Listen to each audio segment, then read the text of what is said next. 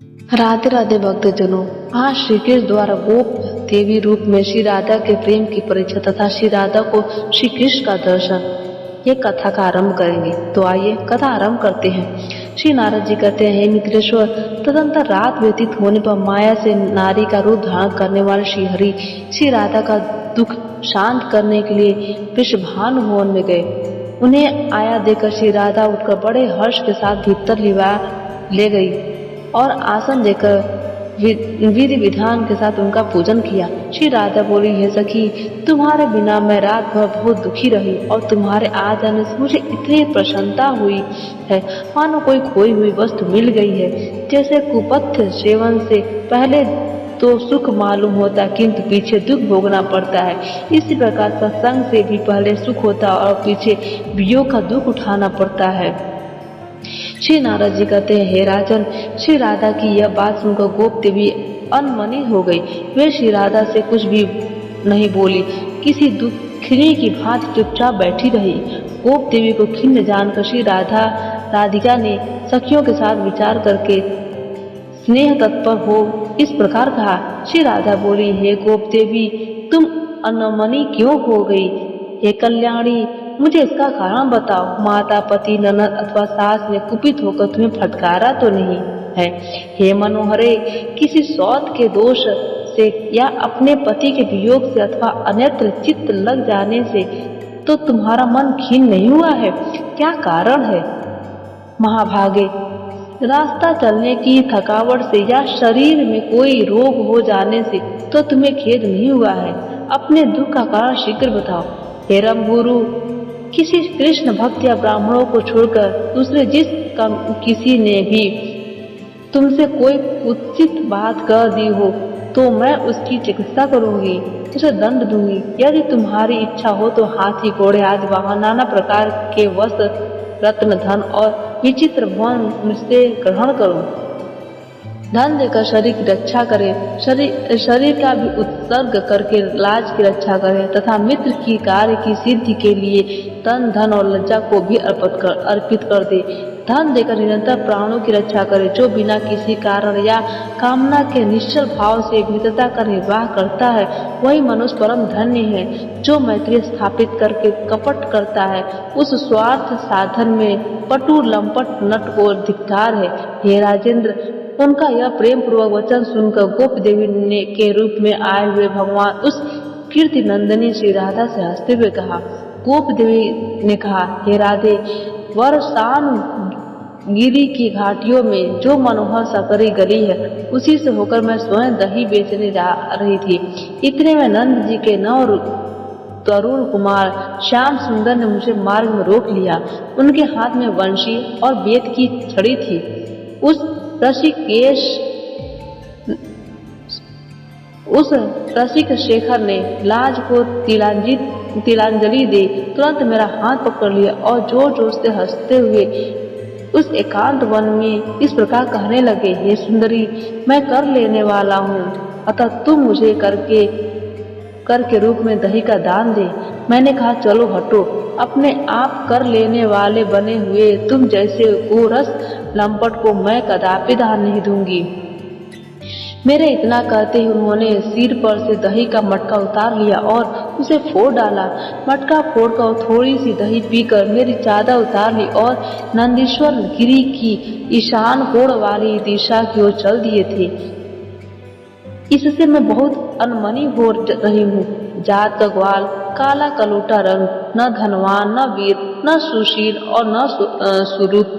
हे सुशीले, ऐसे पुरुष के प्रति तुमने प्रेम किया, यह ठीक नहीं। मैं कहती हूँ, तुम आज से शीघ्र ही उस निर्मोही कृष्ण को मन से निकाल दो, उसे सर्वथा त्याग दो। इस प्रकार वैर भाव से युक्त कठोर वचन सुनकर वृषभानुनंदिनी श्री राधा को बड़ा विस्मय हुआ। वे वाक् और पदों के प्रयोग के संबंध में सरस्वती के चरणों का स्मरण करती हुई उनसे बोली। श्री राधा ने कहा, हे सखी, जिनकी प्राप्ति के लिए ब्रह्मा और शिव आदि देवता उनके उत्कृष्ट योग रीति से पंचाग्नि सेवन पूर्वक तप करते हैं।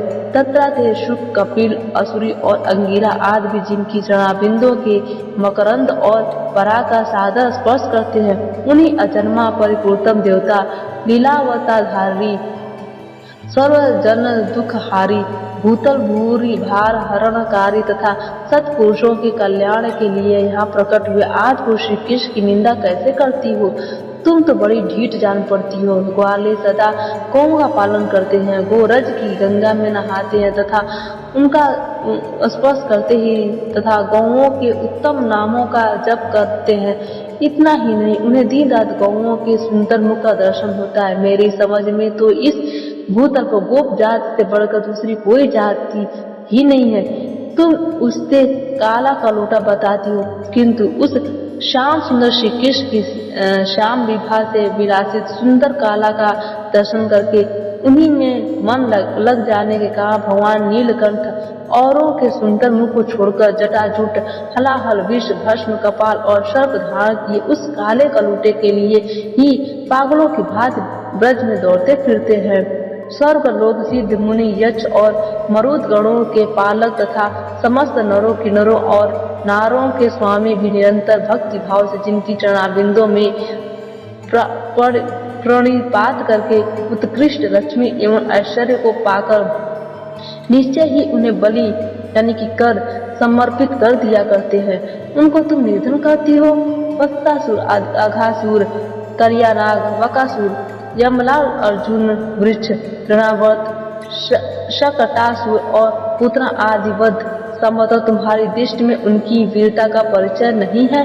मेरा भी ऐसा ही मत है। उन मुरारी के लिए क्या यश देने वाला हो सकता है जो कोटि कोटि ब्रह्मांड समूहों के एकमात्र सृष्टा और संहारक हैं। उन पुरुषोत्तम के लिए भक्त से बढ़कर कोई प्रिय हो, ऐसा ज्ञान नहीं होता।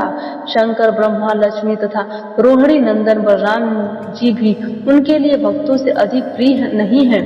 वे भक्ति से बदचित होकर भक्तों के पीछे पीछे चलते हैं। अतः श्री कृष्ण केवल सुशील ही नहीं, समस्त लोगों के सृजन समुदाय के चूड़ामणि हैं। वे भक्तों के पीछे चलते हुए अपने रोम रोम में स्थित लोगों को पवित्र करते रहते हैं।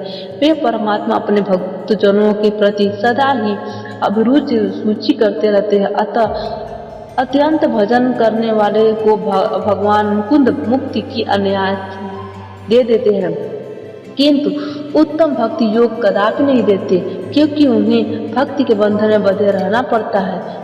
हे गोप देवी बोली, हे श्री राधे, तुम्हारी बुद्धि बृहस्पति का भी उपहास करती है और वाणी अपने प्रवचन कौशल से वेद वाणी का अनुकरण करती है। किंतु देवी, तुम्हारे बुलाने से यदि परमेश्वर श्री कृष्ण सचमुच यहाँ आ जाए और तुम्हारी बात का उत्तर दे, तब मैं मान लूंगी कि तुम्हारा कथन सत्य है। श्री राधा बोली, शुभ्रू, यदि परमेश्वर श्री कृष्ण मेरे बुलाने से यहाँ आ जाए, तब मैं तुम्हारे प्रति क्या करूँ यह तुम ही बताओ। परंतु अपने ओर से इतना ही कर सकती हूँ कि यदि मेरे स्मरण करने से वनमाली का शुभागमन नहीं हुआ तो मैं अपना सारा धन और यह भवन तुम्हें दे दूंगी।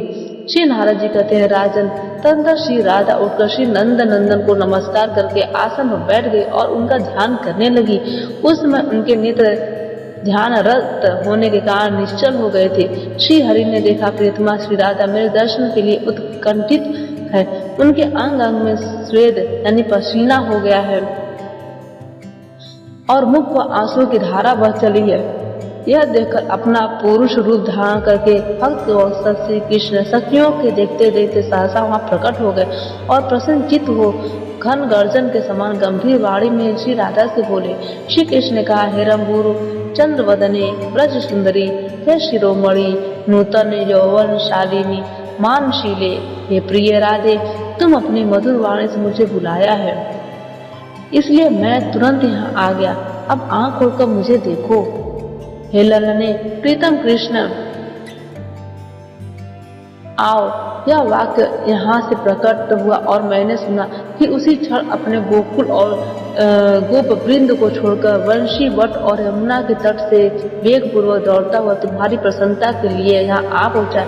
मेरे याद ही कोई सखी रूप धारणी, यक्षी, आसुरी, देवांगना अथवा किन्नरी जो कोई भी ये मायावी तुम्हें छलने के लिए आई थी यहाँ से चल दी, अतः तुम्हें ऐसी नागिन पर विश्वास नहीं करना चाहिए। श्री नारद जी कहते तदंतर श्री राधा श्री हरि को देखकर उनके चरण कमलों को प्रणत हो परमानंद में निमग्न हो गए। उनका मनोरथ तत्काल पूर्ण हो गया। श्री कृष्णचंद्र के ऐसे अद्भुत चरित्रों का जो भी भक्ति भाव से श्रवण करता है वह मनुष्य कृतार्थ हो जाता है।